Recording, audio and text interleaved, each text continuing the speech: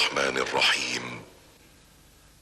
نحن نقص عليك احسن القصص بما اوحينا اليك هذا القرآن. صدق الله العظيم.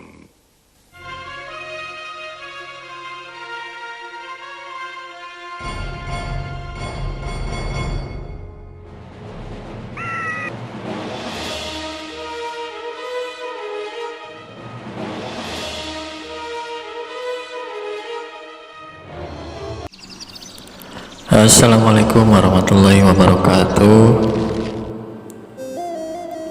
Halo para pendengar setia Silas Buditis channel dimanapun Anda berada. Kembali dengan saya tentunya dalam kisah-kisah teladan. Oke, langsung saja kita akan bawakan sebuah kisah yang berjudul Kisah Habil dan Qabil.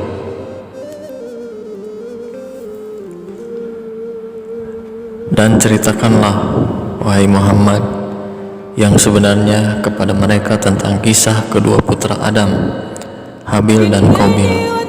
Ketika keduanya mempersembahkan kurban, maka kurban salah seorang dari mereka berdua diterima dan dari yang lain tidak diterima.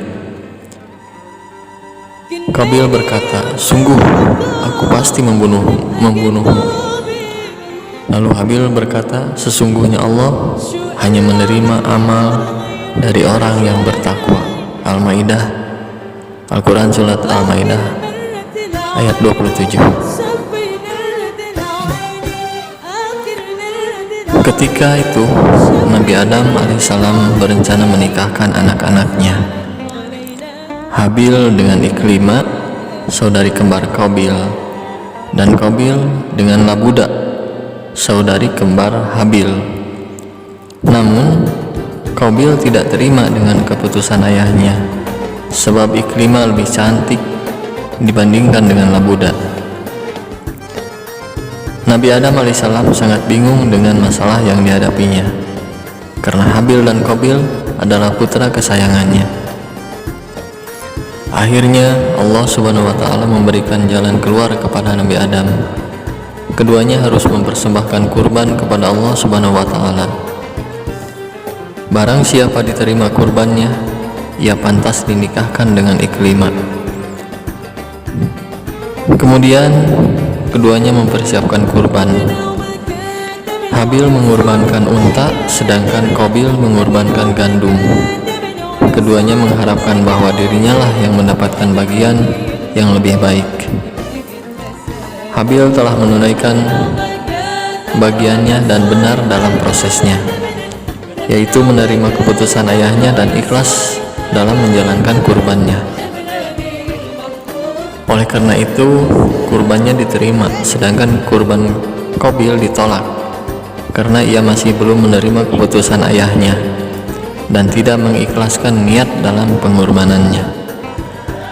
Dengan sangat marah, putra tertua Nabi Adam alaihissalam dan Hawa yang bernama Qabil berseru, "Aku sangat kecewa karena persembahanku ditolak, padahal aku telah menanam gandum dengan susah payah. Ini tidak adil." Ketika Qabil sedang marah, iblis muncul dengan menyamar menjadi seorang manusia yang sebaya dengan Qabil. "Wahai sahabat, apa yang menyebabkan kamu begitu marah dan kecewa?" tanya pemuda itu. "Persembahanku ditolak, padahal aku telah memilih gandum yang terbaik, malah persembahan Habil yang diterima." "Ia kan hanya memberikan unta," jawab Qabil. Mendengar ucapan Qabil, si pemuda berkata, "Wahai Qabil, mengapa kamu bersedih? Bukankah penyebab semua ini adalah Habil? Tidakkah kamu berpikir untuk mencelakainya?" Merasa mendapat dukungan, Qabil berseru, "Sesungguhnya aku akan berencana mencelakainya." Si pemuda itu semakin senang dengan perkataan Qabil dan berbicara, "Wahai Qabil, lakukanlah. Temui si Habil di tengah hutan." Kemudian Qabil mengikuti petunjuk si pemuda Sesampainya di hutan, Qabil menemui Habil dan berkata, "Hai Habil, hari ini aku akan membunuhmu." Mendengar ancaman itu, Habil tidak gentar.